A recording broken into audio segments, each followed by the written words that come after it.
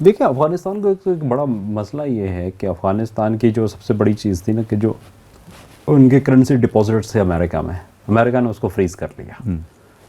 جو اب تک ان کے لیے سب سے بڑا مسئلہ ہے کہ آپ کی سارے پیسے جو ایک بینک میں پڑے ہوئے تھے، بینک کہہ رہا ہے کہ میں نے نہیں دینے پیسے، اب ظاہر ہے آپ کو ضرورتیں ہیں تو آپ کو لوکلی مینیج کرنی پڑ رہی ہیں، تو اس لیے وہ تو مطلب اس سے امریکہ کی لائبلٹی وہاں سے ختم ہو گئی ہے۔ پھر ایک چیز یہ کہ امریکہ نے کچھ وہاں پہ پیدا کی ہیں 2-3 چیزیں، جو ایک کچھ عرصہ پہلے ایک حملہ ہوا گھر پہ، ڈرون حملہ کابل کے پاس، کابل شہر کے اندر ہی، اور جس میں ایک مہینے پہلے جس میں ایک بڑے فگر کا نام آ رہا ہے۔ اچھا، اس کی کچھ تردید بھی ہوئی اور کچھ جو ہے نا خاموشی بھی اختیار کی گئی، تو کوئی حتمی بات میں کہیں سے اس کے اوپر ابھی تک جو ہے نا کوئی چیزیں کلیئرٹی میں نہیں ہیں، لیکن اس کے بعد جو اس کے افغانستان کے اندر رفٹ آیا وہ یہ تھا کہ یہ اطلاعات آنا شروع ہوئیں کہ 2 گروپس جو ہیں، وہ جو طالبان کے 2 گروپس ہیں، ان کے درمیان کچھ غلط فہمیاں پیدا ہوئیں اس حملے کے نتیجے میں۔ ایک کو عرف عام میں جو ویسٹرن میڈیا جس ناموں سے کہہ رہا ہے، ایک کو وہ حقانی گروپ کے نام سے آئیڈینٹیفائی کر رہے ہیں، دوسرے کو کندھاری گروپ کے نام سے، تو وہ یہ شمال جنوب کا جو ان کو وہ آئیڈینٹیفائی کر رہے، اور ان کا کئی ایک رپورٹس ایسی جو ہے نا وہ آ رہی تھیں کہ ان کے درمیان میں غلط فہمیاں پیدا ہوئی اس حملے میں۔ ایک نے کہا کہ شاید ان کی طرف سے جو ہے نا مخبری ہوئی، دوسرے نے کہا کہ ان کی طرف سے ہوئی، یہ ہونا شروع ہوا، تو وہ چیزیں ایک تو افغانستان کی یہ ایک بڑی جو ہے نا اس کے اوپر ہے۔ دوسری چیز یہ ہے کہ یہ ٹی ٹی پی والا بھی جو سارا معاملہ ہے جس کے اوپر امریکہ نے بھی بیان دیا، اور اس نے ایک طرح سے کہ پاکستان کے کندھے پہ رکھ کے بندوق چلانے کی کوشش کی ہے، یہ بھی بڑی عجیب سی جو ہے صورتحال ہے کہ مذاکرات ہوئے، طالبان نے فیسیلیٹیشن کی، پھر اس کے بعد ابھی جو وہاں پہ صورتحال آئی ہے وہ 2 سگنیفیکنٹ قسم کی۔ ایک تو وہاں پہ پاکستانی ایک ڈپلومیٹ کے اوپر حملہ ہوتا ہے کابل کے اندر، جس میں کہ وہ تو خیر انہیں کوئی زیادہ زخمی نہیں ہوتے، لیکن ان کا جو باڈی گارڈ تھا اس کو گولیاں لگی اور وہ واپس، اس کی وجہ سے پاکستان نے اپنا سارا سفارتی عملہ وہاں سے واپس بلا لیا، اور وہ اچھا اس کی جو ذمہ داری حکمت یار کے اوپر بھی ہوا، ہاں حکمت یار کے اوپر بھی، ان دونوں کی جو ذمہ داری تھی وہ داعش نے قبول کی ہے،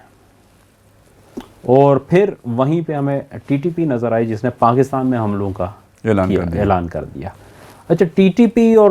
داعش کے بھی آپس میں کچھ روابط جو ہے نا وہاں پہ چلتے رہے ہیں، اور یہ مطلب جو ایران کے حوالے سے کہہ رہے تھے نا کہ فارن فنڈڈ جو چیزیں ہیں، پرابلم ہمارے ہاں زیادہ یہ ہے کہ جب پاکستان میں بھی تھا اور اس کے بھی تھا کہ یہ لوگ، ان کو آپ مخلص کہہ سکتے ہیں، ان لوگوں کو آپ یہ کہہ سکتے ہیں کہ بہت زیادہ، لیکن ویژنری نہیں ہوتے، یہ بہت دور تک نہیں دیکھ سکتے کہ ہم کیا کریں۔ ڈاکٹر صاحب پتہ کیا، ڈاکٹر صاحب نے ایک نام رکھا ہوا تھا، ان گائیڈڈ میزائل۔ بالکل ایسے ہی ہے، ایک گائیڈڈ میزائل ہے نا، جو ان گائیڈڈ میزائل، تو وہ ان کے لیے بڑا آسان ہے کہ جب آپ نے ان لوگوں کو ایک عرصے میں وہ کر دیا تو ان کے لیے آپ کسی سے کہیں جمہوریت کفر ہے اور یہ ایک بندے نے ووٹ ڈالا ہے اس کو گولی مارنی ہے، تو وہ کوئی بھی اٹھ کے مار دے گا، اس کے لیے طاغوت ہے نا، طاغوت ہے، تو یہ عبد الطاغوت ہے، تو عبد الطاغوت تو پھر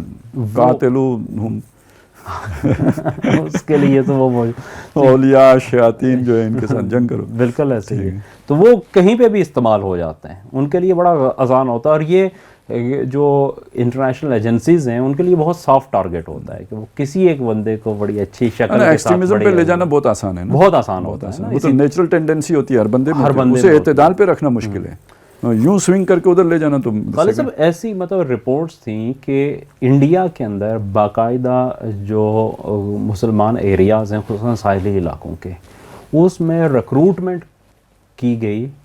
مسلمان لڑکوں کی اور انہیں افغانستان منتقل کیا گیا، اور داعش کے ساتھ انہیں وہاں پہ منسلک کیا گیا پچھلے عرصے میں جب بڑا قریبی اس کے اندر تھا، اور یہ کرنے والی ساری جو ہے نا وہ آر ایس ایس رجیم کے لوگ تھے، ان کا پورا پروجیکٹ تھا کہ جنہوں نے ایک تو وہاں پہ انہوں نے اس کو پروپوگیٹ کیا انڈیا کے اندر کہ یہ تو داعش آ رہی ہے، وہ اس کے پورا فائدہ اٹھایا، وہ پورا فائدہ اٹھایا. اور دوسری بات یہ ہے کہ ان کا وہ جو متحرک لوگ تھے ان کو وہاں سے نکال باہر کیا وہاں پہ، وہ جو کل ان کے گلے پڑتے انہیں کہا جو ان کو وہاں پہ کر آؤ تم کو سیر کہیں کوہ طور کی.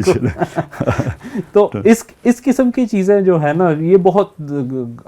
جو کیا کہتے ہیں کہ افسوسناک صورتحال یہ ہے کہ وہ مخلص لوگ جو ظاہر ہے کہ جو قربانی دینے کے جذبہ رکھتے ہیں، جو آگے بڑھنے کا جذبہ رکھتے ہیں دین کے اوپر، وہ لیکن وہ بہت آسانی کے ساتھ ٹریپ میں آ جاتے ہیں. انہیں پتہ ہی نہیں چلتا کہ وہ کر کیا رہے ہیں، وہ اپنی نیک نیتی ان کی دل میں ہوتی ہوگی. بس زمانے کو نہ سمجھنا، آپ کے دینی جذبے کو جو ہے نا وہ پھر اسی طرح ٹکرے مارنے پہ مجبور کر دیتا ہے. دینی جذبہ وہ ایکسیلیٹر ہے جو آپ کی گاڑی کو چلاتے ہیں، لیکن یہ ہے کہ اس کے لیے سٹیئرنگ بھی چاہیے، بریک بھی چاہیے. عقل کا یہ کام ہے کہ یہ تو وہ اللہ نے اسی لیے دی ہے آنکھوں کے طور پر کام آنے کے لیے. وہ جب بندہ نہیں استعمال کرے گا تو پھر یہی ہوگا.